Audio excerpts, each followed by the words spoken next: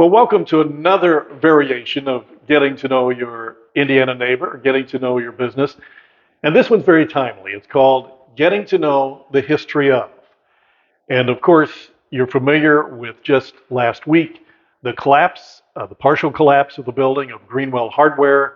And as I looked on Facebook and saw all of the memories and the pictures and emotions of Greenwell Hardware and just prayers that they continue to go forward in some form or fashion, I thought it appropriate to contact Keith Greenwell. Keith's, of course, family was the owner for many, many years of Greenwell Hardware, and just find out from Keith, as best he knows at least, and if anybody knows, it's Keith Greenwell, the history of Greenwell Hardware. So, Keith, first of all, thanks for doing this on such short You're welcome. notice. I appreciate it. You're welcome.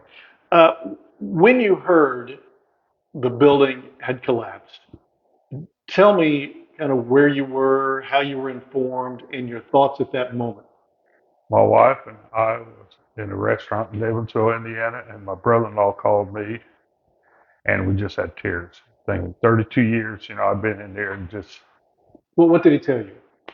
but he turned around and said something. He thinks part of the building collapsed. He wasn't sure, so I got on the phone, called Josh, which works for Greenwell, Mm-hmm. and I said, "Is everyone okay?" And he said, "Yes." He said, "I was one closest to him," and he said he could tell a shovel or something was moving from up the wall, and he said, "I ran out, the back door." Yeah, so everybody was fine. Yes, everybody was fine. I Got did know that, and that was amazing. Had you had any structural issues with the building in the time that you were there? Obviously, the building is years and years old. But Yes, anything you had to do? yes. When my dad was there, we had part of the inside wall fell, a little bit of it back 35 years ago, Mm-hmm. and then one year on Thanksgiving, which I'm guessing '92, when I was owning it, I went down there on Thanksgiving morning, and I looked in there and said something's wrong, and part of it, the wall back there in the back, it fell on the inside a little bit, and I had to get it restructured up, and Alan Schwartz and Trooper did it, but since then, but the building's what 100 and what is that Yeah, well, we're going to 140? talk about that. Yeah, Okay. we'll have to do the math maybe a little Yeah, bit. yeah. Do you feel like, I mean, an old building is an old building, and something eventually will happen. But right next to the train tracks, all those years, do you feel like that might have had, not in this case, but over the years, maybe in the structural damage that you might have experienced? Yes, and then that morning I was walking out there by the house, and some boom, boom, boom was, I kept hearing it The going on. morning of when? That Friday morning before I left. I mean, I was out there in the yard, You're and I talking about thought, last week, yes, when this that same latest, day, okay. yes, out Mhm. there, it just kept going on. I Okay. thought, wow, and I didn't think anything about it. Maybe some of them in the past I Mhm. had something to do Yeah. with being that old. Okay. So just a few days have gone by since that collapse and that you've heard of it, a building that you've had so much invested in. So tell me kind of the thoughts, the conversations, what's gone through your mind in those few days. Well, I'm hoping they'll rebuild and all, and the name is gonna still be there or whatever, and stuff. I don't know, just all the years, and I like old stuff. I'll Hmm. be honest Yeah. with you, and Yeah. there's not too many of those stores around anymore. Yeah. It takes you back in time, and Hmm. it just I remember being in right out of high school. Hmm. And in fact, I worked in high school in there for a little bit. Back going back to '68, I worked a day a week. You know, and then But the building itself, if anybody would have insight, I guess you would, not in the conversations maybe over the last few days, but it can't be saved, can it? I don't see I don't see any way. Mhm. I do, I've been through it. And I just don't. There's just no way to be safe. I mean, yeah, I just don't think there's any way. Yeah. Wouldn't it be neat though, Brad and Randy, if you're watching, and if you intend to rebuild, and we hope you do, but there's so many considerations into that. We know financial and otherwise. But wouldn't it be neat if they could build a building where you have the simulated old wood floors, the high ceiling, and everything everywhere where it's hard to find. You have to Right, go ask Keith right, Greenwell or right. somebody, where am I going to find that? I don't know that I've ever walked into the building and didn't have to go there because I'm usually looking for something real little. Right, I yes. don't know if anybody has it. Greenwell's has it, right? Right. Yeah, somebody knows exactly where it is. But wouldn't it be neat if somehow they could simulate the inside at the very least. Yes, I love that. You know, the good. Sturm Hardware in Yes, Jasper, Jasper. They right? just got hit too. They did. They did. A vehicle crashed in. Uh-huh. But it seems like they're going to be okay. Yeah. But that building, I think, was over 100 years old. Yes. Uh-huh. Maybe even the business over Yeah. It's 100 one years old about the second oldest in Indiana, in I think. Indiana. Yeah. Well, to the best of your knowledge, how old is that building? Okay, it was built in 1880. I got Yeah, there's all record. kinds of props here because, we're going back well over 100 years. So Uh, I've asked Keith as best he could to uh, find out about the history of it. And maybe what he didn't know, he was able to look up a little bit. right. So you take it from there. 1880. Yes, it was built. 1880. Yes. That very building where it is, Yes, 1880. 1880. So that'd be what, 142 years old. You did the math. Yeah, okay. I trust you on that. It would be 142 Wow. years old. Yeah. Do you know of any building in Lagodi that might be older than that? No, I don't think is any anymore in Lagodi, in the city of Lagodi. I think that was the oldest building. Yeah, we know the Larkin building, what is it, 1898, I something think like yes, that. and Yeah. I remember the south, which it's gone. It was 1904. Mhm. There used to be a building up around the KFC that's down. I thought it's older, but it's been down for years and years. But I Was think it, that far was oldest. okay. Wow, Yes, that's amazing that it's lasted this long. And again, amazing that just nobody was hurt in this for sure. right. Uh, and again, to the best of your knowledge, take me back as far as you can as to what you know the history of the building is. I don't know if you can go all the way back to 1880, No, but I'm sure it's interested you over the years. right. And what are some of the businesses that have been in there since 1880? Okay, there'd been a grocery store, grocery department, a C.W. Jean Company. The CW Jean Company, was it It was, clothing, jeans? I think it was Yeah. clothing. What looked like to me Mhm. had a it was an herbs that had an electrical shop in there on Okay. the side for a few years, and Mhm. of course Jerry and Kurt Brown had apartments, and So those then apartments were upstairs?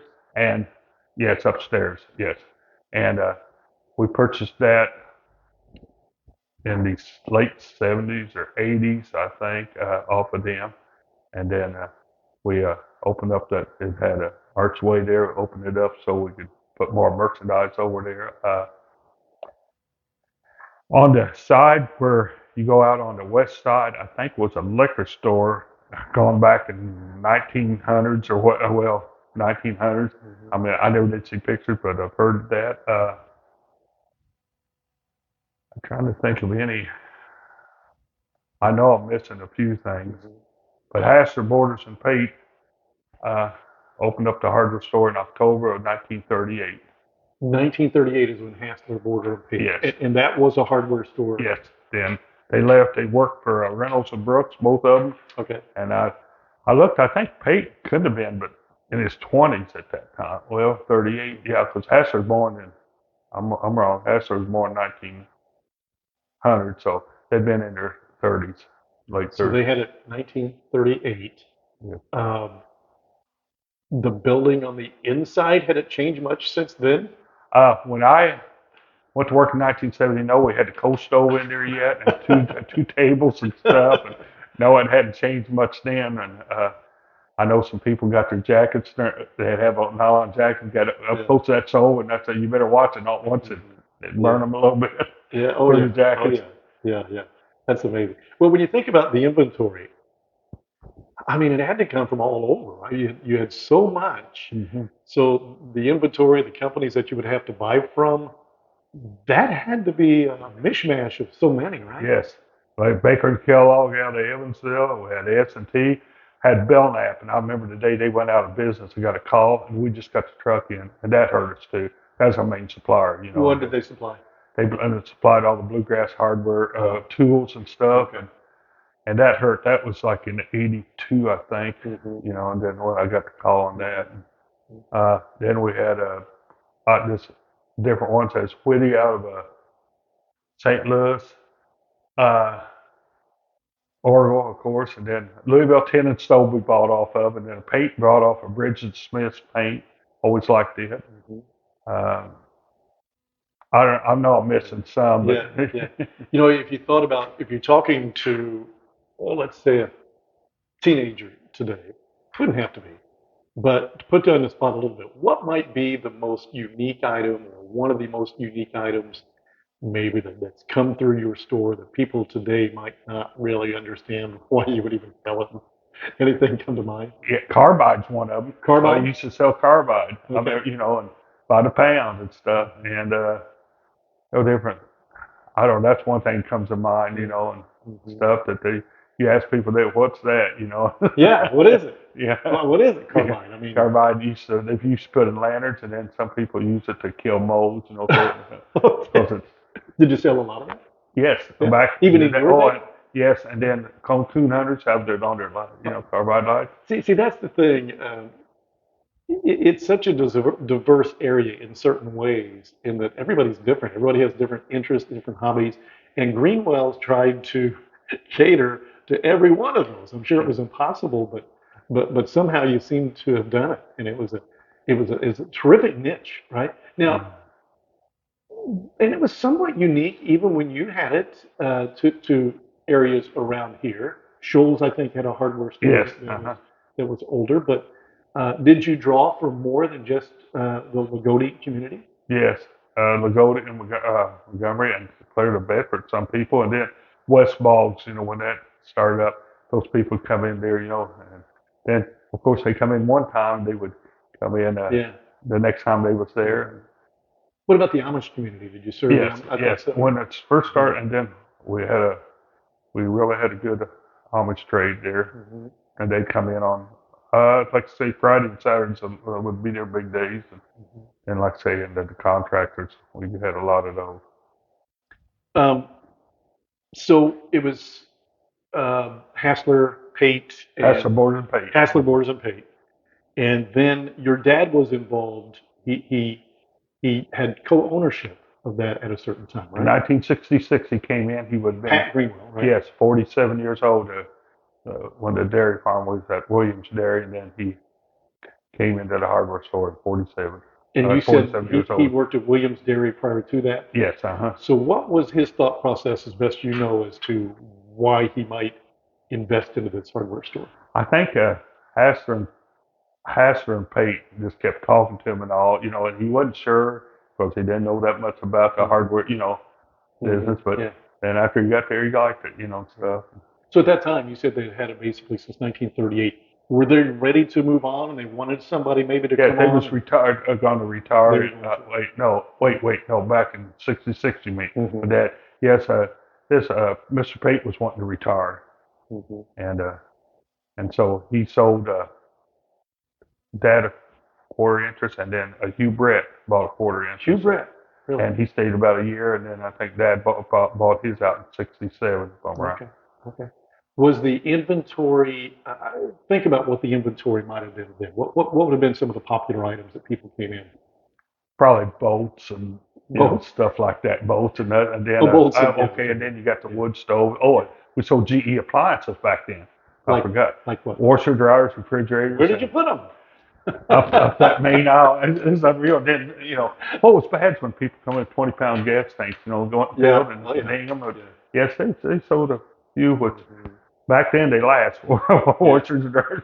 Yeah. You know, Greenwell Hardware has come up on more than one occasion in my conversations with people and getting to know your Indiana neighbor, not just with Kenny, but when we talk about our childhood, every one of them comes back to, oh, we had a rubber ball, we had a rubber coated ball, we had a glove. We had to stop the game so that we could ride our bikes up to Greenwell Hardware and grab one or two of these so that we Right, could continue the game. right. Yes. And so those conversations have come up in many of these that I've done. And did you appreciate at the time I guess the staple that you were, the need that you had for the community, even if it was a little rubber ball or a rubber coated ball that somebody could come in and get? Yes, yes.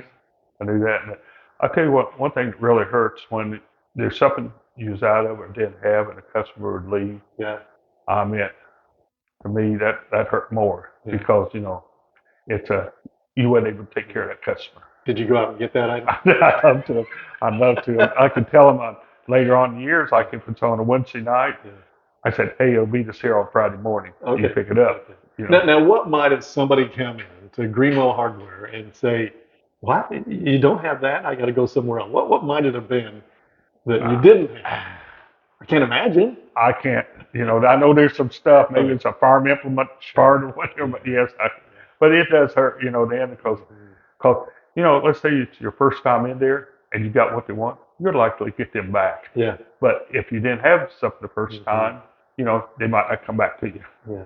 And did you believe that not only because of what you had, people needed, of course, that's number one, but that the store itself what was a drawing. I mean, it was in Lagodi, of course, Yes, but that the store itself, being as old as it was, as unique as it was, it brought back people's childhood. Their yes, dads, their grandfathers shopped yes, at Greenwell Hardware, yes. and they just loved going in there on Saturday mornings. They might not have even needed anything. Yeah, right, yeah. Brings back in time. Yeah. Yeah, it's just, Mhm. it, and I've heard that so many times, this store brings us back in time, Yeah. So when your dad got in, when did it change over to Greenwell Hardware? 1973. I come in 70 full time, and uh, after he bought Hasser out in 73, Mm-hmm. Hasser wanted out. Of course, Hasser was 73 then. I think that was there, yeah. Okay. And he decided to change the name of it to Greenwells. So that's been what 40. 39 years, 40, 49 years, yeah. Yeah. Okay. 1973. Yeah. Was he at that point the sole proprietor of Greenwell Hardware? Yes, and then I purchased a fourth of it, a few Mhm. years later, Yeah. and then So prior to 1973, it wasn't Greenwell Hardware. no. Okay. I'm trying to remember that in my mind because I would have been old enough. And I do remember the name Hassler, Borders, and Pate, but to me, it's always been Greenwell Hardware, right? Yeah. Yeah. So what do you remember as some of the early challenges your dad had as sole proprietor of this hardware store? Just trying to find stuff, and he kept looking for it and looking for it, to make sure, like in the store. Mm-hmm. And we was taught that. I mean, I was taught that too. You keep looking. Mm-hmm. And in fact, I remember when Mr. Pate told me one time, that's where your next meal's coming from. And I never forgot that. I used that when I worked at Depot. Trying to find what somebody might need. Yes. Yeah. And don't give up on it. Just keep looking. Or then, of course, hey, we can order it for you. Yeah. But Mm-hmm. Back then, you order something, it wasn't like you got it the next day typically, was it? no. Back then it was a week, and nowadays, I mean, when I left the store, I got 3 trucks a week from Oregon. I could have got the 4th one, but I didn't, didn't need it. Okay. You've spoken of Orgel a couple of times. Um, there was a time when you were recognized, Greenwell Hardware was recognized Yes. for 60 years in the business. What is Orgel? In this magazine, it's the retailer spotlight, and it's a very nice article interview with you. But what is Orgel? Oregon's a large hardware wholesaler, probably the largest independent wholesaler in the United Okay. States. And So a lot of your goods came from them. yes, after that, yes. And that's always good to me. I mean, I always liked them, It's Mhm. always treat us fair, and they'd always get it to us. And I remember one time that it was snow was coming in and ice, and I called them and talked to them about more ice melt and stuff. Mm-hmm. And the guy turned around, and one of them down there said, "We can't, Keith, we can't." I said, "Give me that." Uh, uh, I think his name was Greg, no, Richard. Number. So I got Richard. Richard said, "I will fill a cab up and bring it on." And we got rid of all of ice melt because I knew Yeah. people needed it. Yeah. Yeah, ice melt's a big one there, or it has been in my lifetime. That's for sure. I'm still trying to picture those appliances, and I think I can. I really do. But I'm thinking that when somebody would buy one, it's like, well, good, I got rid of it on one hand. It's a great sell, you need it. But on the other hand, I've got to get it out of here. I've got to maneuver this and move this and move that. Exactly right. Exactly right. Yes. And then when they come in, you had to watch the way you put them in there, and stuff. It was. Somebody on Facebook said if walls could talk. Oh my. I mean, I could stay here for hours and tell you stories on Yeah. Well, I could think of conversations to where maybe the husband is going in to get something at the Greenwell's Hardware, And he gets home an hour and a half later, and where you been? Greenwell's Hardware. And they just were talking, right? You just get to talking about things in there, and it's a good place to just have conversations about Right. anything that's going on in the world, right? Right. It starts out with hardware, Yes. but then it goes wherever you want to go. On Saturdays, always went right to basketball. Saturdays went to basketball. All right. Yeah. Well, good. That's a good topic to have. So your dad takes over the business. You said you came in full time right after you graduated high school. I went to work with Hoosier Death, and we went on a 2-week vacation. And Dad called me and said, "Why don't Keith just come working here because he needs help, you know." And so okay, I was there ever since, you know. So yeah. Tell me some of the people, because I know some of them, and some of them are characters, but some of the people that you employed during their day. I know I'll miss some, but now some of the younger ones, T.J. Williams, I had. Yeah. Alan Williams. Alan Williams, there's my character. I got to tell you one on Alan. Tell me. It was 95 degrees, and I told him to go out and paint tanks. I did it for a reason. He said, paint the gas tank? Yes. Okay. And he said, "Don't you think it should be hotter?" I said, "You think about that when you go to school next fall." Or no, when you go, in the fall. Yeah. And I had them too. I had Kent, my nephew, Greenwell. I had him, and then of course I had Mike Summers worked a little bit. That's back in Greenwell when Dad was there. Worked there. Kenny worked there some. And I think Rasco. Yeah. Was it Greg? No. I can't remember his name, but he worked there, and then Watson boy that passed away there. Yeah, he worked there. Gary Watson. No. Okay. Yeah. Well, we're not guessing names, but yes. It's hard to remember all these names. But But overall we had quite a few. And like I said, I could go back. Oh, Terry Pillmeyer, my brother-in-law. I can't forget him because he was there for years. Mike Kirk. I can't forget him. And then, like I said, there's quite a few different ones, but I know I'm missing some, and I apologize. So how did the training go? You bring in Alan Williams as an example. Using Alan Williams as an example? All right, I remember Alan, like the first day, just his eyes was like, "Oh wow," you know. And you hate to ask, ask people what they need because you know you couldn't find it. You know, with Alan, he got pretty good at the end. Yeah. I mean, that's the thing. I mean, they would have to come to you and say, "Hey, Keith, they're wanting a certain specified bolt. You know, there's like 92 million here. You're gonna have to help me. I bet you got a few of that, right? Yeah, from your employees, right? Yeah. I got to tell you one on my brother Kevin worked there. He hated it. He would carry stuff like lawnmowers. Said, "We got lawnmowers." I said, "Let's help." He said, "I'll take care of all of them." He hated waiting on customers. It wasn't his style. Wait a minute. He hated to wait on customers. Yeah, because he said, "I don't know what they need whenever they ask, you know." But it was a sight. But then he ended up being in the wholesale. But he helped. Do it best. But yeah, I remember that in there. But he said, "Yeah, I'd rather do this than wait on them people." Yeah. Yeah, it's funny. I know Kevin's not like that. He found his niche, right? Yeah. It's not for everybody waiting on people, but finding things that people have, that's a whole other story, right? That they have a need for. Your daughter Mary. Yes, I forgot to mention all the girls. Mary was really good, and she could come in there like fourth grade after school, I think, and worked in there. She'd walk from school. Yeah. And honestly, I sent her to the bank a few times, and probably when 6th, 7th grade. Riding her bike and all, and today you couldn't do that hardly. No, but she said that's where she learned to count change. Yes, she did. Yes, she was good. Yeah, and so Mary she basically grew up there. Yes. So this hits her as well, but she told me that your philosophy was, if people can see it, they will buy it. So that's why you see plants, lawnmower. I remember wheelbarrows, right? Yes. Being out there outside. Yes. You can have a store window all you want, but your philosophy is, if it's outside, people will buy it. Yes. And lawnmowers, I'd always put gas and oil before they leave, unless they had the car, but if they had trucks, that way to make sure they start, no problem. I'd rather do that because you don't know what you're buying in big box stores. Yeah, and you guys put together the lawnmowers? Yes. As well? So they tillers and lawnmowers. Yeah. Wow. So Alan Williams didn't do that. No. Okay. No. Okay.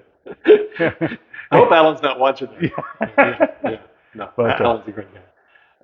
But yeah, it's that sort of thing. Now, where did you learn that from? Was that from your dad, or was that just something that you saw as the business went on? Dad, Hassler, and Mr. Pate Hmm. all taught me.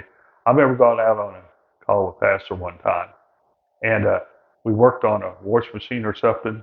Or I think it's wash machine, and it's down Alfredsville. And the lady said, "We're going to thinking about buying a water heater." She's wondering how much the bill was. He said, "Hold on." So we went out to the truck, and he turned around and said, "Keith, you're going to learn a lesson here." So what's this? Here I am. What?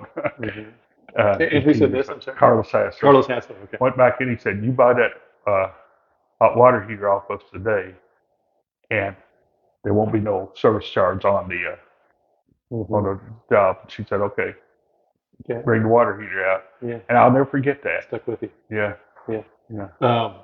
So I don't know if you watched the one that I did with Dick Larkin, but it was kind of a history of. Dick was very good about going back and looking at the Larkin history, but he worked for his grandpa, and he said the philosophy was, and he said on Friday night as a teenager, he and his brother would be there working, and they worked till at least 8 o'clock, and nobody was in the store, but he said, Grandpa, why do you continue to do this?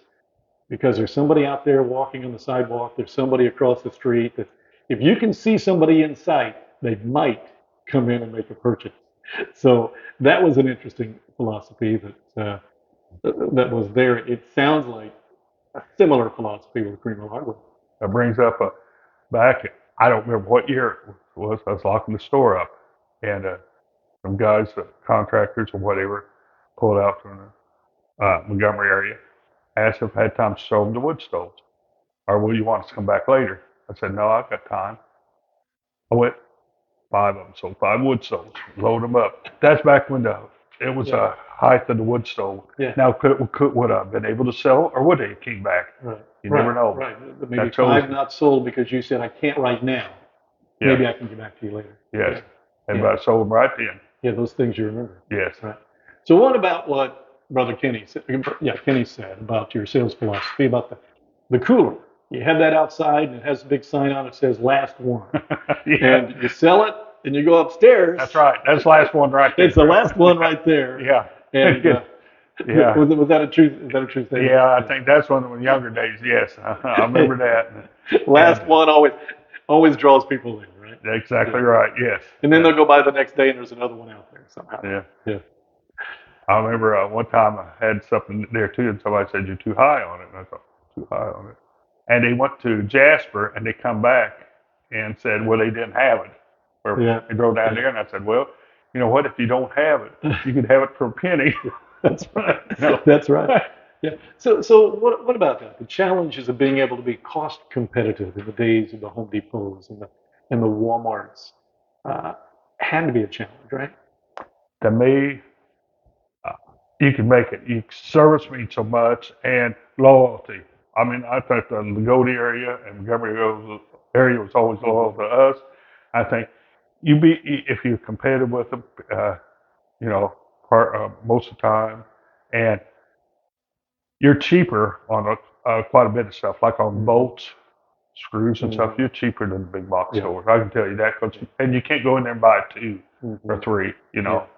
But yes, I know it scared you, scares us, when like Rural King went in and Yeah. then Home Depot. Yeah. But you still, if you take care of people and have what they need, they're going to buy from you. Well, even the lawnmowers, as I think about it, um, if I remember, were less expensive there, but yet they were the labor that went into it.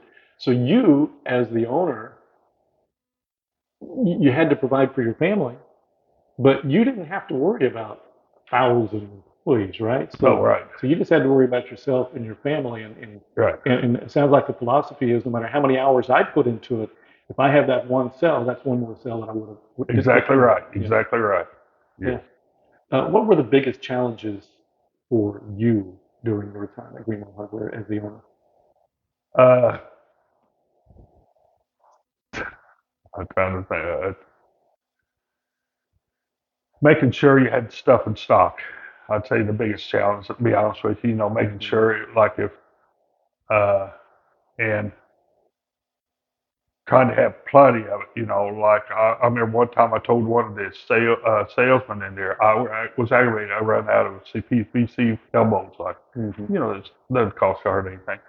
And I looked at him. I said, if I don't have 500 of them there, I have none. He said, what do you mean? I said, you get a contractor come in and buy 100 of them. I said, look, they're cheap. Just don't, Yeah. and the biggest challenge is to have this product in stock. I really think, that, So your dad was part owner in 1966, took over in 1973. It was Greenwell Hardware. When did you take over? I took over the whole, I bought part of it around 80 and then bought the rest 1990. I think we ended up at the Dairy Master because he used to like go there and afternoons later on. Yeah. Your father? Yes. I took him and he said, Keith, I think I want to get it. I want to get out. And I said, no, you don't. I really didn't want him to. Right. This was 1990? Yes. Right before it in 89. You and he had it for about 10 years. Yes. Okay. And said, no. He said, yeah, it's time to. So, and then I thought, wow, this is going to be a challenge now, because paying and, and stuff and paying back. But everything worked out good. He taught me a lot of stuff. Did you consider having somebody else buy into the business at all, or was it No, it's just me and my wife. Me and my wife was it. I don't know. You say, but back, I know you got one partner in life. Do you need to, if who make? said that? I did. You said that. Okay. And I think, well, if I make the wrong decision, it's mine. Yeah. But if you have a partner, they kind of influence you on another decision, and it's, but what if it doesn't turn out right? You'll be wrong. But I don't know. Just I worked a lot of long hours in there, a lot. Yeah. So 1990 was yours. Well, the challenges of working with your dad. I mean, not only working with him, but co-owning. So basically, from the business side of it, both doing things that might kind of parallel each other. Was that challenging? No. We pretty well agreed on everything.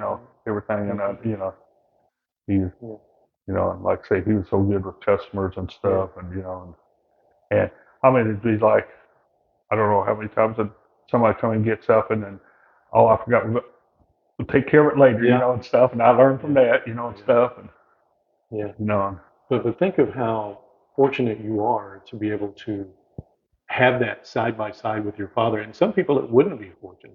It can tear it apart. But it sounds like it worked out well for you. Yeah. And you and your father had that bond, that coexistence, I guess, for most of his life. Right. Yes. Yes. And then, like I say, he had a few good years left. And, So you take over in 1990, and you were scared because you didn't know if you could do it alone, you and your wife. I'm sure it wasn't smooth sailing, but at what point were you comfortable that, yeah, this is my store and I'm fine? Probably took 6 months, a year. I mean, that was it, and it seemed like, just a hours. But like I say, that's a lot of long hours. Did you ever have anybody come in and say, hey, Keith, would you consider us buying you out? Did you? Yeah. Okay. And then there at the end, like I said, I had about. Well, at the end, I know you did. Yeah. But I mean, even prior to that, because like I said, it's unique, it's a niche. But you had people on occasion approach you about buying the business. Yes. Okay. And then, or even moving it. One person had this building, said, "You're living in dark ages." And thank you. Right. Right. And I said that if you move there, your business will be so much better. I said, "Are you guaranteeing it?" Yeah. I said, "I'm happy with the way it is." Yeah. I mean, what's better business, right? Maybe it's more income, maybe it's not, but it's more headaches. And it could be not as much income. And it could be not as much income. Right. And in this case, maybe very likely. Yeah, that's why I think, yeah. Because the institution that Greenwell has become. So the decision then in 2001, I think Wagglers took ownership maybe at the first of the year in 2002. Yes. Tell me about the thought process, the conversations that went into the beginning of selling your business. Okay. Well, I thought about that year, because I'll be honest, in May, we was putting in 95 to 98 hours every week. I would, it's a lot of hours. And a lot of hours. Joanne made the comment, you think we ought to sell, said it's going to get your health, or, or the children don't want to get involved in this and that. and I already had a few people wanting to buy it. And then Freddie happened to come in one day and he said, "I'm sick of farming. I'm gonna buy a business. No kidding. Hard Fred farming, Wagler. yeah." Yeah. And I said, "I'll sell you this." Yeah. And it started from there. Wait a minute, wait a minute. He didn't have an intent on buying your business. He just came in and said, No. "I'm sick of farming. I want to buy a business." Yes, I got one for you. yes, and I turned around and so this, and you kind of looked at me. "You won't sell it?" I said, "Yes, I will." I said, "You come in tomorrow, I'll give you a price." The right place at the right time. Yes, and Right? then Yeah. they worked after sold it. We worked a month, and Hmm. they worked a month or two beforehand. I think a month beforehand, like in December, and then Joy and I worked a month for them. Was there any conversation that maybe you and Joanne had the stipulation of, hey, the name has to stay Greenwell's, the building has to stay here, the inventory, I mean, anything at all? It was just No, it was they bought the name. they bought the name. Yes, that was part of it, Okay. and I couldn't go to work or I couldn't open up another business, which I wasn't wanting to. I like I said, just try and wanted to Oh, you do couldn't what open up another business as like the competition for hardware. them. Yes, Okay. But you did go down to work at Home Depot for a yes. while. I went down to work at Home Depot, honestly, for insurance and stuff. Yeah, but I bet you were the best employee they had. Oh yeah, and I taught a lot of those young guys some few Yeah. lessons. Yeah.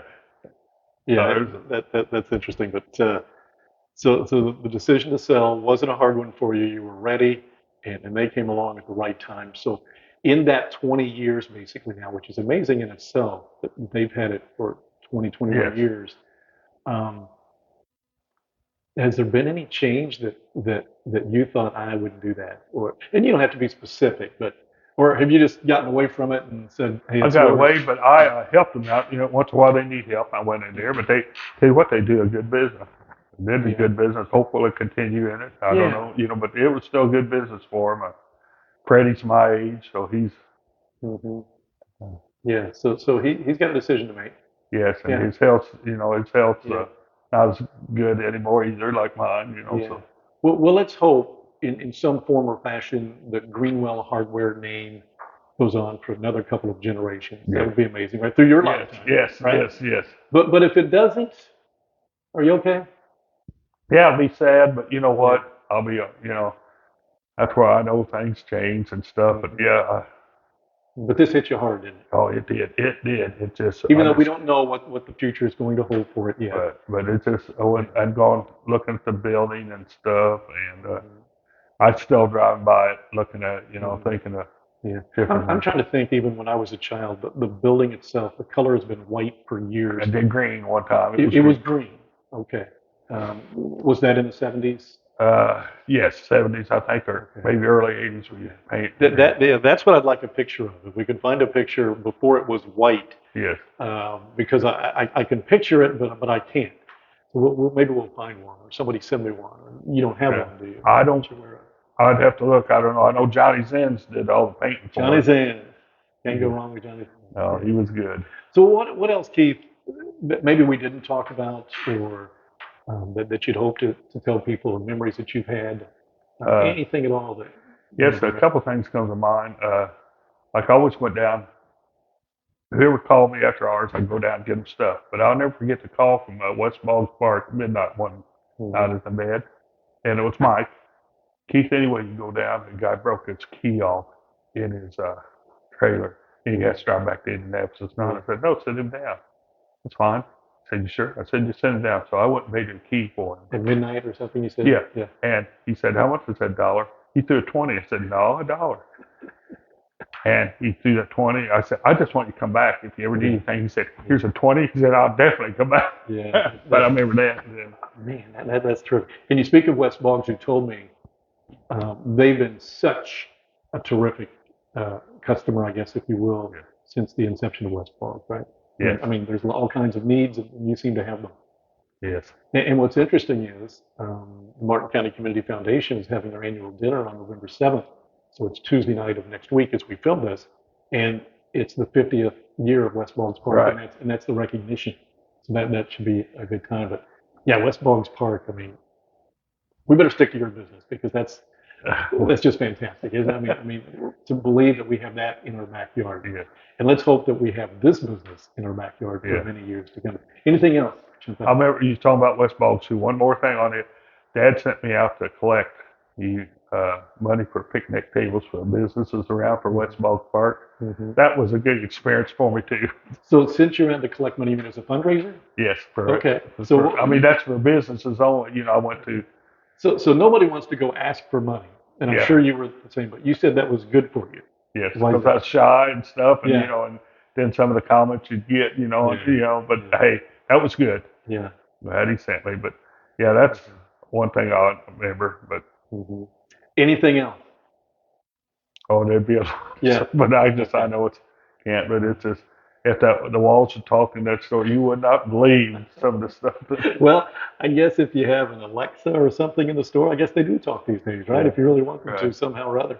But they don't. Those conversations will stay within, and it's probably a good thing for the most part. But you were a part of every one of them, Pete.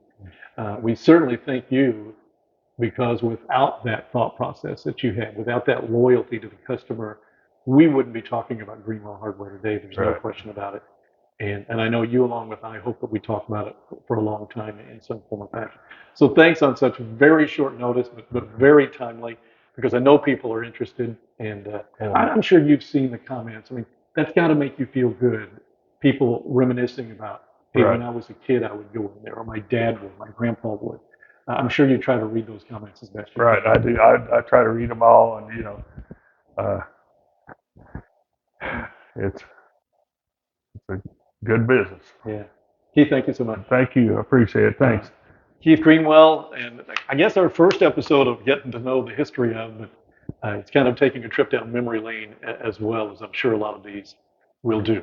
So today, getting to know the history of Greenwell hardware, and we hope again that that history carries on for a long time, and good luck to the Wagglers in that process. And we thank our guest, Keith Greenwell, and we thank you for watching.